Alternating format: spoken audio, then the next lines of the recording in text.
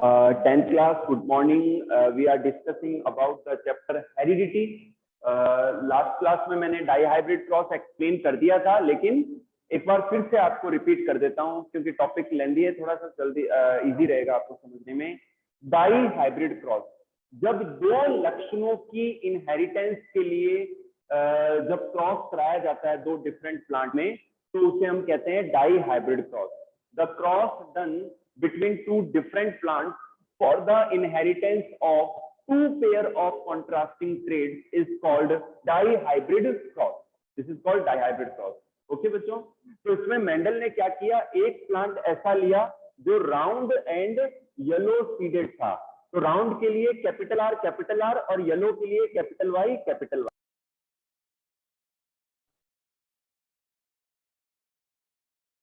हाँ, ध्यान से देखिए बच्चों, मेंडल ने क्या किया, एक प्लांट ऐसा लिया जो राउंड एंड येलो सीडेड था और एक प्लांट ऐसा लिया जो रिंकल्ड एंड ग्रीन सीडेड था। जो राउंड एंड येलो सीडेड है उसके लिए जो एलील कॉम्पोजिशन है वो है कैपिटल आर, कैपिटल वाई, और रिंकल्ड एंड ग्रीन के लिए स्मॉल आर, स्मॉल वाई। इनमें जो गैमेट्स बनेंगे वो capital R, capital Y allele composition वाले गैमेट बनेंगे, और इनके जो गैमेट है वो small R, small Y allele composition वाले गैमेट्स हैं। जब इन दोनों गैमेट्स का फ्यूजन होगा, तो कॉम्पोजिशन क्या रहेगा, capital R, capital Y, small Y. ठीक है बच्चों, तो ये हो गया F1 जनरेशन। F1 जनरेशन में सारे के सारे जो प्लांट मिले वो राउंड एंड येलो सीड वाले प्लांट थे। क्यों?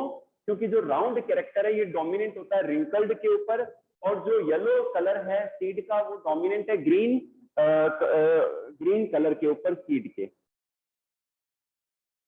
ओके, चलिए, तो ये राउंड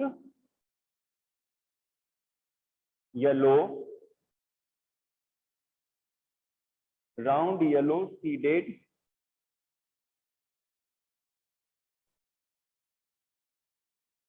प्लांट। ठीक है, तो इनमें बच्चों जो गैमेट्स बनेंगे वो 4 टाइप के गैमेट्स बनेंगे।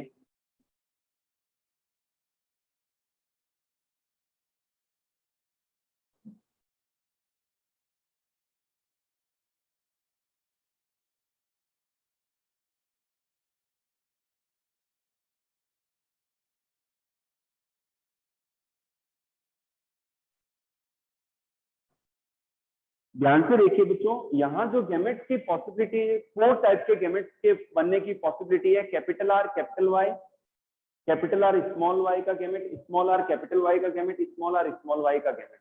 4 टाइप के गैमेट्स बनने की पॉसिबिलिटी है। तो मेंडल ने क्या किया, F1 जनरेशन के जो प्लांट मिले उनका सेल्फ पॉलिनेशन कराया, या F1 जनरेशन के ऐसे हेटेरोजाइगस दो प्लांट का क्रॉस करवाया। तो F2 जनरेशन में क्या रिजल्ट मिला ये अपन यहाँ चेकर बोर्ड के द्वारा समझने की कोशिश करेंगे।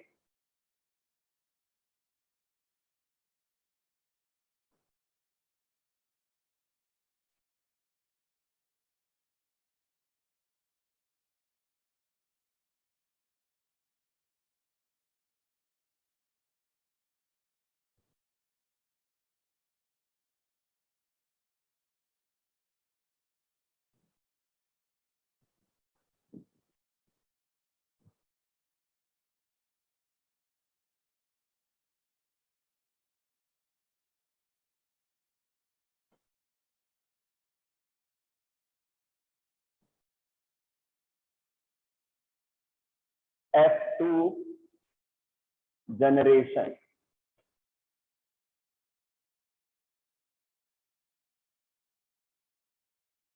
Capital R, capital Y, capital R small Y, small R capital Y, small R small Y. ठीक है, 4 गैमेट्स में यहाँ लिख रहा हूँ, capital R, capital Y, capital R small Y, small R capital Y, small R small Y. 4 gamete, क्योंकि 2 ऐसे plant का क्रॉस हो रहा है तो दोनों प्लांट में ही इसी टाइप के गैमेट फॉर्मेशन की पॉसिबिलिटी रहेगी। ठीक है, तो 4 गैमेट्स मैंने यहाँ लिख दिए और 4 गैमेट्स मैंने यहाँ लिख दिए। ठीक है, अब मान लो ये जो गैमेट है इसका फ्यूजन जब इससे होगा फिर इससे होगा तो क्या रिजल्ट रहेगा, इससे होगा तो capital R, capital Y, capital Y. ठीक है, और इसका इससे होगा तो capital R capital Y small Y. इसका फ्यूजन जब इससे होगा तो कैपिटल आर कैपिटल वाई। इसका फ्यूजन जब इससे होगा तो capital R capital Y small Y. ठीक है, अब इस गैमेट का फ्यूजन जब इससे होगा तो ये पॉसिबिलिटी रहेगी capital R capital Y small Y. ठीक है, इसका फ्यूजन जब इससे होगा तो कैपिटल आर स्मॉल वाई। ठीक है बच्चों, इसका फ्यूजन जब इससे होगा तो capital R capital Y small Y. इसका फ्यूजन जब इससे होगा तो कैपिटल आर स्मॉल वाई। ठीक है, जब इसका फ्यूजन इससे होगा capital R capital Y capital Y, capital R capital Y small Y, small R capital Y capital Y, small R capital Y small Y. ठीक है, इसका फ्यूजन जब इससे होगा तो capital R capital Y small Y. इसका fusion जब इससे होगा तो again capital R small Y small Y. इसका फ्यूजन जब इससे होगा तो small R capital Y small Y, और इसका फ्यूजन जब लास्ट वाले गैमेट से होगा तो small R small Y. Understood बच्चों? तो ये ठीक है। तो अब मैं यहाँ लिख रहा हूँ फिनोटाइप रेशो।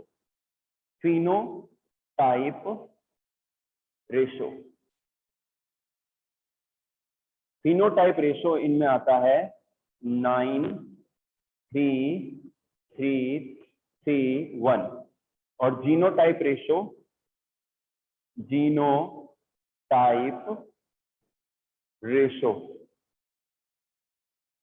जीनोटाइप रेशो है 1 2 2 4 1 2 1 2 1।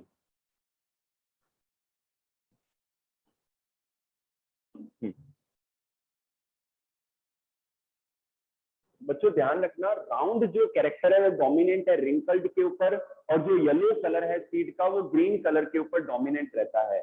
मतलब अगर राउंड का एलील है तो रिंकल्ड को शो नहीं होने देगा, और अगर येलो कलर का एलील प्रेजेंट है तो फिर वो ग्रीन को शो नहीं होने देगा उस समय। ठीक है, तो ध्यान रखना। मैं एक बार शॉर्ट में लिख देता हूँ, राउंड के लिए आर, येलो के लिए वाई लिख रहा हूँ, बता रहा हूँ कि कौन कौन सा राउंड येलो होगा। रिंकल्ड के लिए डब्ल्यू लिखूंगा और ग्रीन के लिए जी। ठीक है, तो ये बच्चों मैं यहाँ लिख देता हूँ जिससे आपको दिखाई दे जाए, ये राउंड एंड येलो रहेगा। ठीक है, ये भी राउंड एंड येलो रहेगा। ठीक है, ये भी राउंड एंड येलो रहेगा, ये भी राउंड एंड येलो रहेगा। ठीक है, ये भी राउंड एंड येलो रहेगा, ये राउंड एंड ग्रीन रहेगा, ये राउंड एंड येलो ही रहेगा, ये भी, ये राउंड एंड ग्रीन रहेगा। ठीक है, चलिए, ये राउंड येलो रहेगा, ये राउंड येलो रहेगा, और ये रिंकल्ड एंड येलो रहेगा, ये रिंकल्ड एंड येलो रहेगा,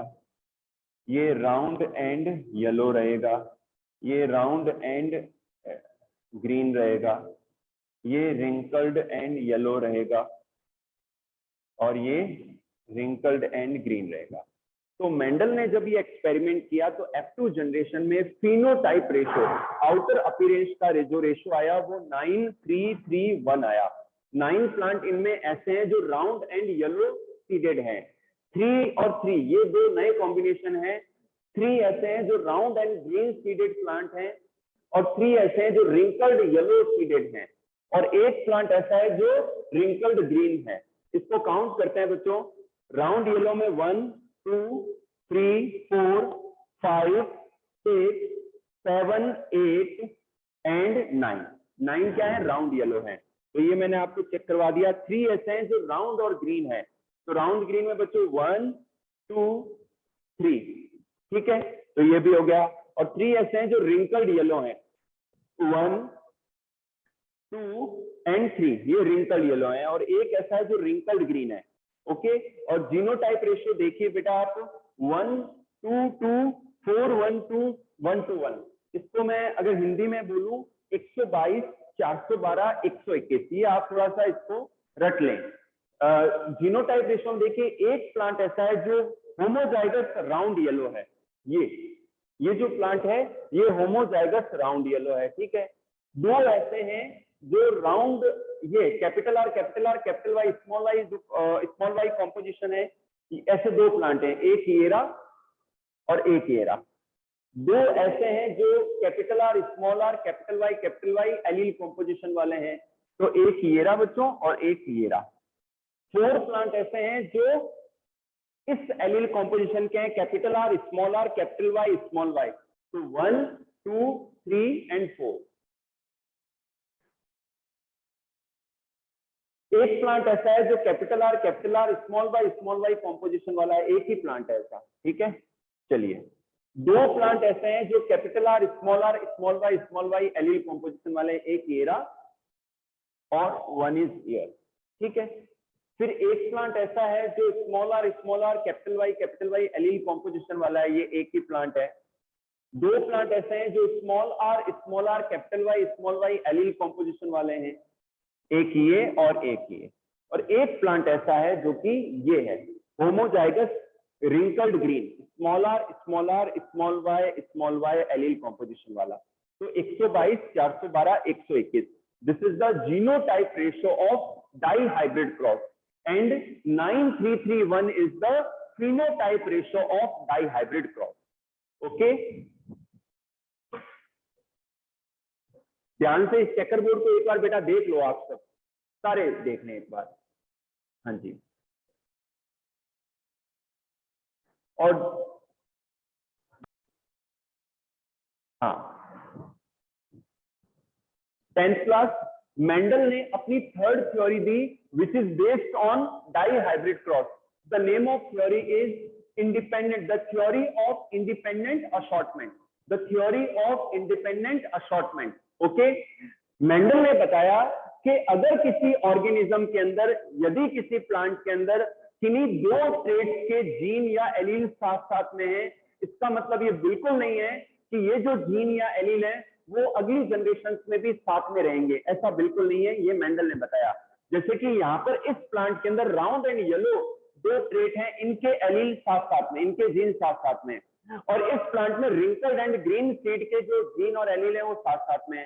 तो इसका मीन बिल्कुल ये नहीं है कि अगली जनरेशन में भी ये एलील साथ में रहेंगे, लिंक्ड रहेंगे, ऐसा बिल्कुल नहीं है। जब इन प्लांट्स के अंदर गैमेट्स का फॉर्मेशन होता है तब ये जो एलील हैं, ये जो जीन हैं, ये सेग्रीगेट हो जाते हैं और फ्रीली इंडिपेंडेंटली अगली जनरेशन में ट्रांसमिट होते हैं, और नए जीन्स के साथ में, नए एलील्स के साथ में नए कॉम्बिनेशन भी बनाते हैं। इसके एग्जाम्पल हैं F2 जनरेशन में हमने देखा कि हमें दो नए प्लांट भी मिले, 3 प्लांट ऐसे थे जो कि round and green seeded plant थे, और 3 ऐसे प्लांट जो प्रोड्यूस हुए जो कि रिंकल्ड एंड येलो सीडेड है। तो हमें ये दो नए कॉम्बिनेशन मिले हैं, ये शो कर रहे हैं कि यहाँ पर जो एलील या जीन है उनका जो ट्रांसमिशन है नेक्स्ट जनरेशन में वो फ्रीली होता है, इंडिपेंडेंटली होता है, and they can form the new combinations with other alleles with other genes. Okay बच्चों, and this is called the theory of independent assortment. इसे हम क्या कहते हैं? थ्योरी ऑफ इंडिपेंडेंट असॉर्टमेंट कहते हैं। एक एग्जांपल मैं देता हूं, सपोज करो आप 10th क्लास में और आपके साथ में कोई एक ऐसा स्टूडेंट है, 2 स्टूडेंट हो आप ऐसे जो हमेशा साथ में बैठते हो, एक ही बेंच पर बैठते हो। इसका मतलब ये बिल्कुल नहीं है कि अगली क्लासेस में या पूरे जीवन आप साथ साथ में ही रहोगे, बिल्कुल ऐसा नहीं है।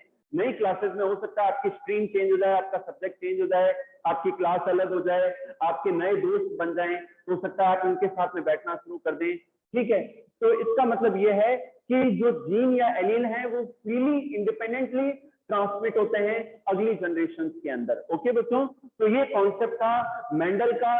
नेक्स्ट टॉपिक में ले रहा हूं sex determination in human being.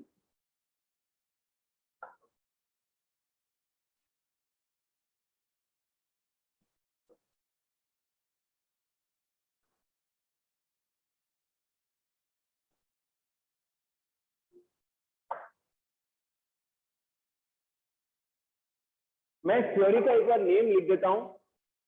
Third जो थ्योरी है मेंडल की वो है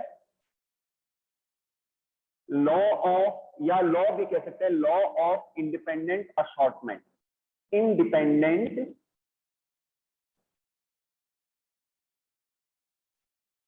assortment.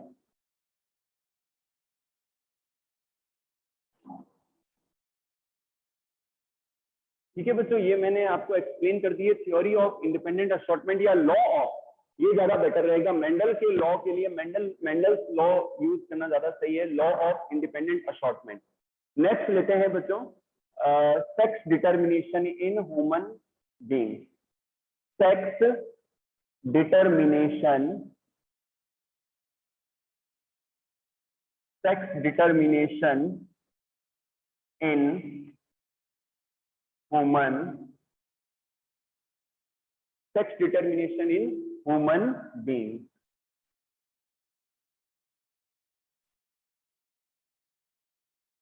sex determination in human being।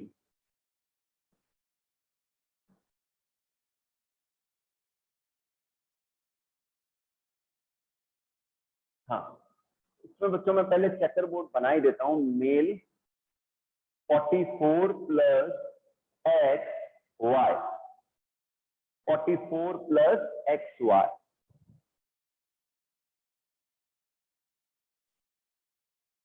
और फीमेल, फीमेल के अंदर जो क्रोमोसोम्स होते हैं 44 plus X X, 44 plus X x.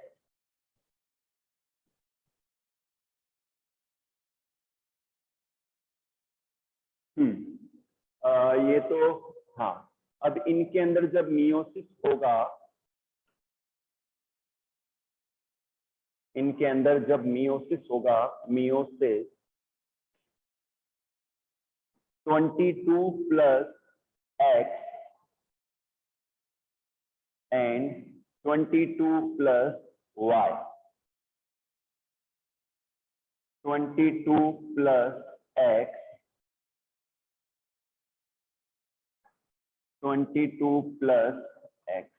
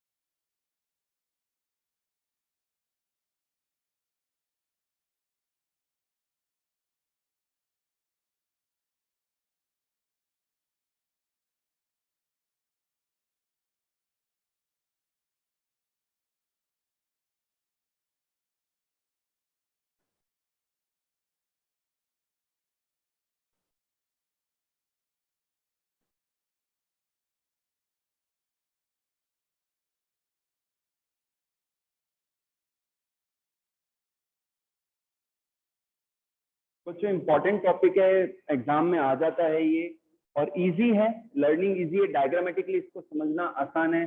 सामने आपके एक स्केच मैंने ड्रॉ किया है। सबसे पहले मैं आपको सेल डिवीजन के कॉन्सेप्ट को समझा देता हूँ। सेल डिवीजन बच्चों, अगर लिविंग ऑर्गेनिज्म है, बॉडी सेल से बनी होती है लिविंग ऑर्गेनिज्म की, तो उनकी ग्रोथ के लिए रेगुलर जो है सेल डिवीजन होते रहते हैं।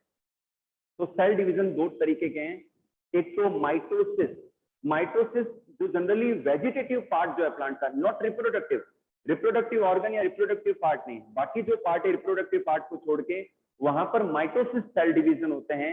माइटोसिस के अंदर एक सेल डिवीजन करके दो नई सेल्स बनाती हैं जिनमें क्रोमोसोम नंबर सेम बने रहते हैं, जिससे हमारी सेल्स की ग्रोथ होती है। अगर कोई डैमेज पार्ट है प्लांट में वो वापस से रीग्रो हो जाता है, अगर हमारे वुंड हो गया है तो वापस से वो हील हो जाता है, अगर स्किन डैमेज हो गई तो वापस से नई स्किन बन जाती है माइटोसिस के थ्रू। अब आ जाता है मियोसिस पर। मियोसिस प्लांट में, ह्यूमन में, कैटल्स में रिप्रोडक्टिव ऑर्गन्स में पाया जाता है during the gamete formation. Gamete बनने के दौरान मियोसिस होता है, जिससे एक सेल से जो नई सेल्स बनती है उनमें हाफ सेट ऑफ क्रोमोसोम रह जाते हैं, तो इसे हम क्या कहते हैं, मियोसिस कहते हैं। तो ह्यूमन मेल के अंदर और फीमेल के अंदर, मेल के अंदर टेस्टिस के अंदर मियोसिस होता है, जिससे स्पर्म बनते हैं जो कि मेल गैमेट्स हैं, और फीमेल्स के अंदर ओवेरीज पाई जाती हैं प्राइमरी सेक्स ऑर्गन्स के रूप में।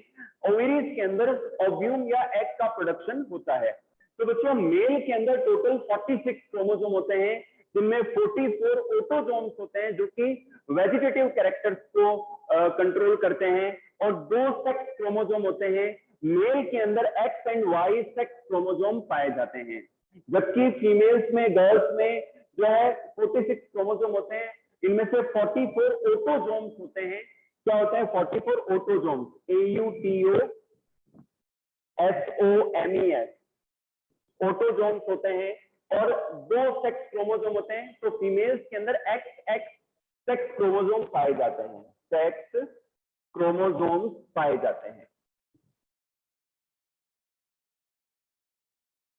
ओके, तो जब मेल के अंदर मियोसिस होता है, जब टेस्टिस के अंदर मियोसिस होता है बच्चों, तो जो स्पर्म बनते हैं उनमें आधे स्पर्म ऐसे होते हैं, 44 का हाफ 22 XY में से एक एक्स इधर आ गया, तो आधे स्पर्म ऐसे होते हैं जो 22 प्लस एक्स क्रोमोसोम्स वाले होते हैं, और आधे स्पर्म ऐसे होते हैं जो 22 प्लस वाई क्रोमोसोम वाले होते हैं। ओके, इसी तरीके से फीमेल्स के अंदर जब मियोसिस होता है ओवेरीज के अंदर, तो आधे ओव्यूम ऐसे होते हैं जो 22 प्लस एक्स क्रोमोसोम वाले होते हैं, आधे ऐसे होते हैं जो 22 प्लस एक्स क्रोमोसोम, यानी कि जितने भी ओव्यूम या एग जो फॉलिकल्स के अंदर डेवलप होते हैं उन सभी में 22 प्लस एक्स क्रोमोसोम पाए जाते हैं। दोबारा सुन लीजिए, स्पर्म आधे ऐसे होते हैं जो 22 प्लस एक्स क्रोमोसोम वाले, और आधे ऐसे होते हैं जो 22 प्लस वाई क्रोमोसोम वाले होते हैं, लेकिन जो ओव्यूम है वो सारे के सारे सिमिलर होते हैं, 22 प्लस एक्स क्रोमोसोम वाले होते हैं। अब आपके सामने बच्चों ये गैमेट्स का पार्ट आ गया, ठीक है। अब देखिए इनमें सेक्स का डिटर्मिनेशन कैसे होता है। जनरली मेल के अंदर वाई क्रोमोसोम पाया जाता है, ठीक है ना। तो 22 प्लस एक्स क्रोमोसोम वाले स्पर्म का फ्यूजन यदि इस ओव्यूम से होता है तो 22 22 44 x and x x x, तो 44 प्लस एक्स एक्स, ये लड़की होगी, गर्ल होगी। अगर इसका फ्यूजन इससे हो, इस स्पर्म का, तो 22 22 44 x and x x X, 44 plus X X, ये भी क्या होगी, गर्ल होगी। अगर 22 प्लस वाई क्रोमोसोम वाले स्पर्म का फ्यूजन इससे होता है 22 22 44 वाई और एक्स एक्स वाई, तो 44 प्लस एक्स वाई, ये क्या होगा, बॉय होगा। 22 प्लस वाई क्रोमोसोम वाले स्पर्म का फ्यूजन यदि इससे होता है तो 22 22 44 वाई और एक्स एक्स वाई, तो ये भी क्या होगा, बॉय होगा। यानी कि जो लड़का होगा या लड़की, बेबी गर्ल होगा या बेबी बॉय होगा, इसके लिए कौन रेस्पॉन्सिबल है, फादर रेस्पॉन्सिबल है, मेल रेस्पॉन्सिबल है। अगर मेल का वाई क्रोमोसोम वाला स्पर्म अगर ओव्यूम से फ्यूज होगा तो बॉय होगा, और एक्स क्रोमोसोम वाला स्पर्म यदि फ्यूज होता है एग से या ओव्यूम से तो लड़की होगी, गर्ल होगी। ओके, तो फादर या मेल जो है is responsible for the determination of the sex of the child. Okay, तो ये बात हो गई। तो यहाँ पर बच्चों देखिए 50-50% चांसेस रहते हैं गर्ल या बॉय होने के। तो इस तरीके से बच्चों ह्यूमन बीइंग के अंदर सेक्स का डिटर्मिनेशन पाया जाता है, ठीक है।